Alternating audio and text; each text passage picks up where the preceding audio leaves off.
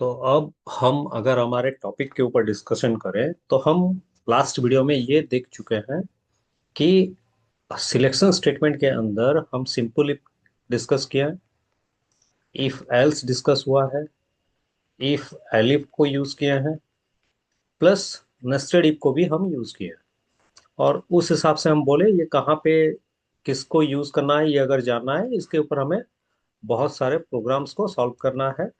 और उस रिलेटेड के अंदर हम इवन ऑड को चेक कर चुके हैं। लेकिन हर बार जो भी हम प्रोग्राम किए उसमें हम क्या देखे कि हम क्वेश्चन देने के बाद एक्सपेक्टेड आउटपुट लिखे, एक्सपेक्टेड आउटपुट लिखने के बाद हम प्रोग्राम लिखे और उसको रन किए। लेकिन अभी मैं क्या कर रहा हूँ, डायरेक्टली मैं आपको एक एक्सपेक्टेड आउटपुट ही दूंगा। एक्सपेक्टेड आउटपुट मैं प्रोवाइड कर रहा हूँ आपको। ठीक है। और इस एक्सपेक्टेड आउटपुट को ही हमें प्रोग्राम में कन्वर्ट करना होगा। तो क्या दिखाना चाहिए पहले इसको, पहले दिखाना चाहिए स्क्रीन में ये ARITHMATIC अरिथमेटिक ऑपरेशंस। ठीक है, ये पहले स्क्रीन में आना चाहिए।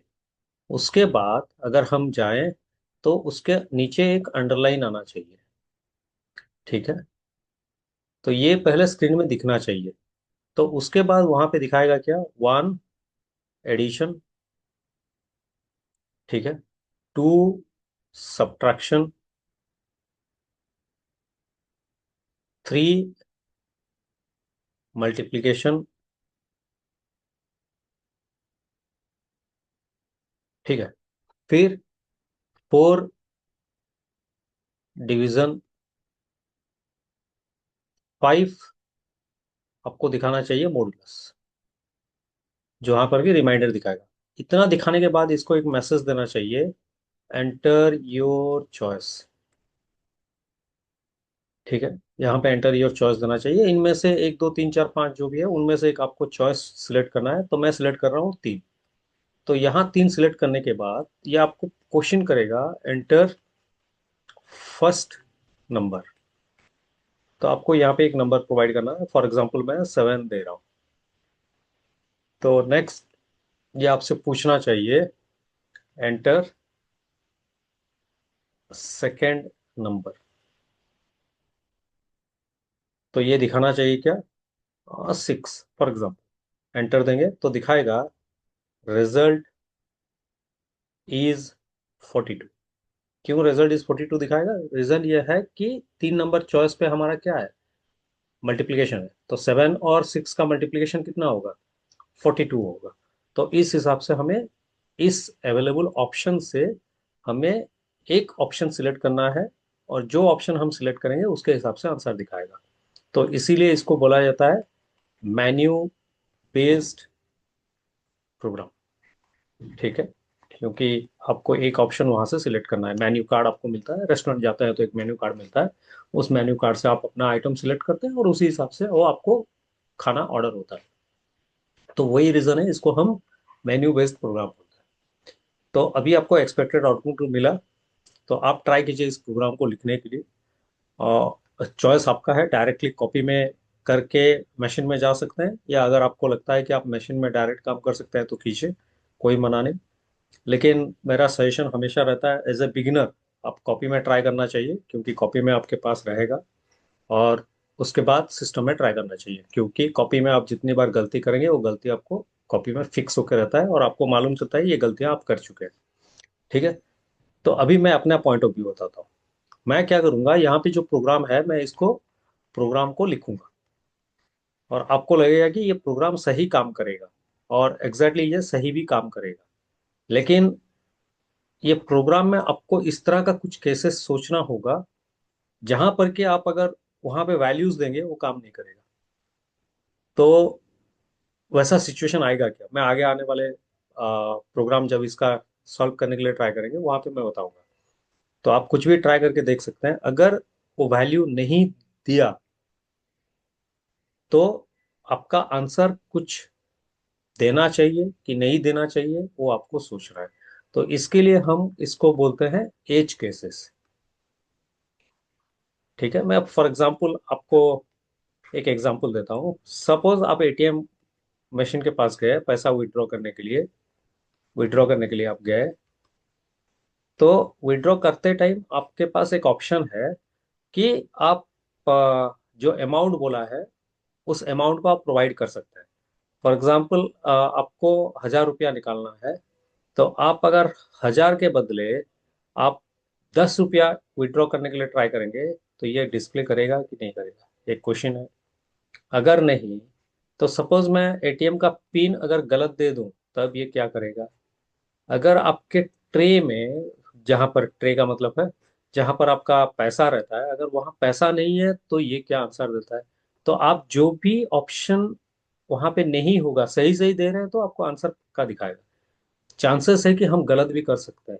जब गलत करें तो ये आंसर देगा कि नहीं देगा, ये जो प्रोग्राम लिखा है उसके ऊपर है। तो इसको बोलते हैं हम एज केसेस, जो हम सोचे नहीं होंगे लेकिन होने का चांसेस है। तो मैं आपको सजेस्ट कर रहा हूँ, ये प्रोग्राम पहले आप लिखिए।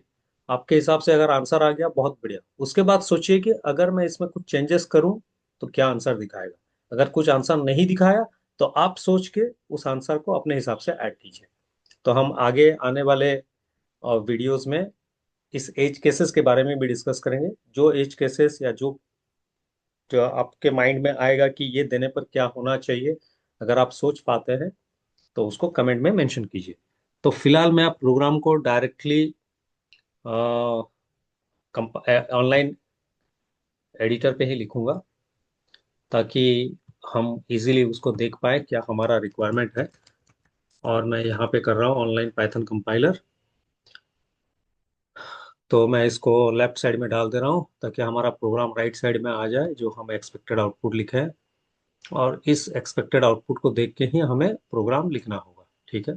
तो इसके लिए मैं यहाँ पे जो है इसको पहले इरेज कर दे रहा हूँ, और ट्राई करते हैं लिखने के लिए। तो पहला क्या है, मैसेज प्रिंट एरिथमेटिक ऑपरेशन। तो डबल कोट के अंदर सब कैपिटल में लिखा हुआ है, एरिथमेटिक ऑपरेशंस, ठीक है।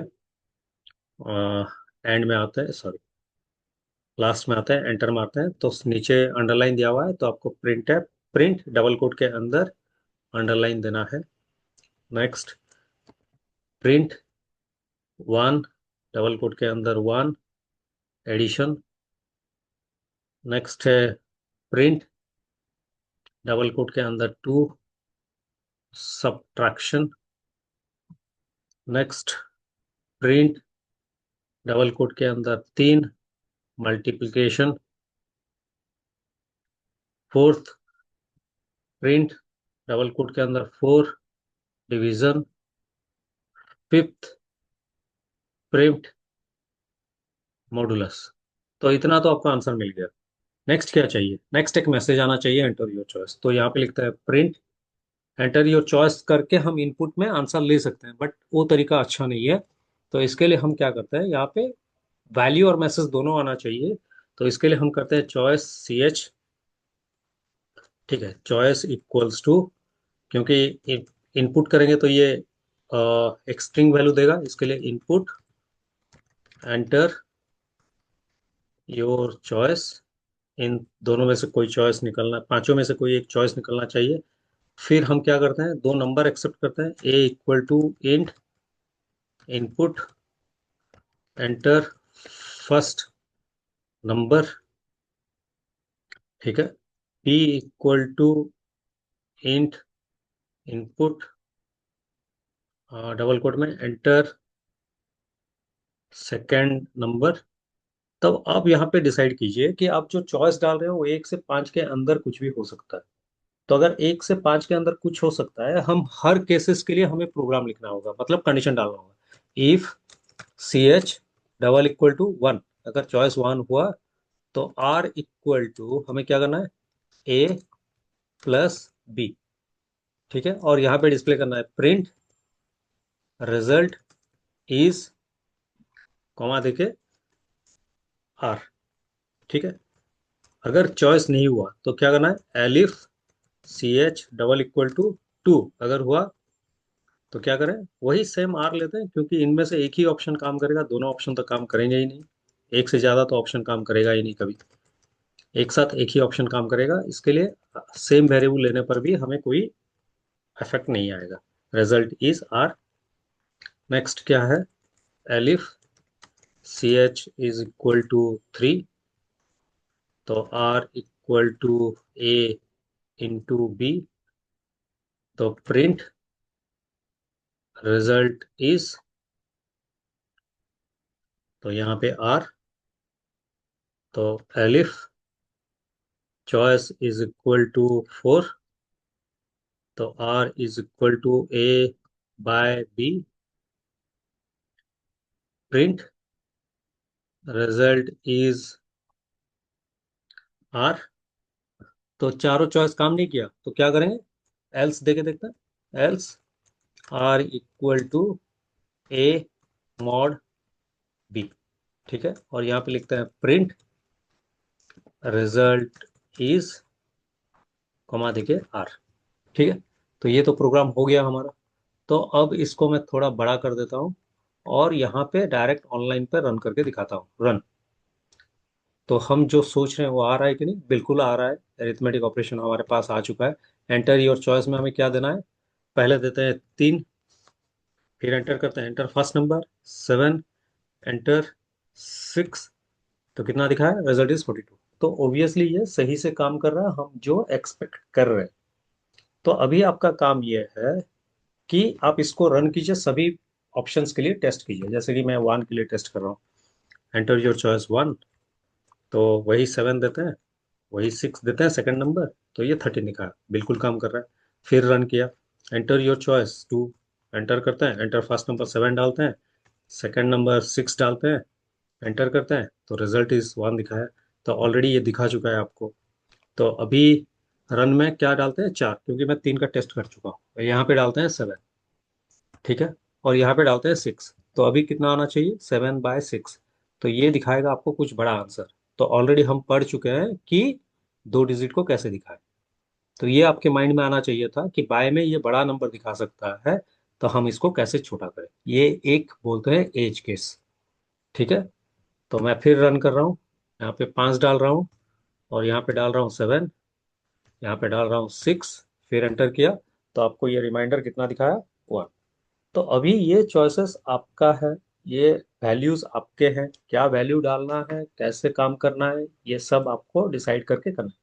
तो जितना आप सोच पाएंगे, जितना केसेस निकाल पाएंगे, उतना आपका थिंकिंग लेवल ज़्यादा होते जाएगा, और हम प्रोग्राम का डिफिकल्टी लेवल उतना बढ़ाते जाएंगे, ताकि आपका प्रोग्रामिंग जो स्ट्रांग होना चाहिए एक जॉब के लिए, जॉब पॉइंट ऑफ व्यू के लिए या कोडिंग पॉइंट ऑफ व्यू के लिए, वो स्ट्रांग होते जाएगा।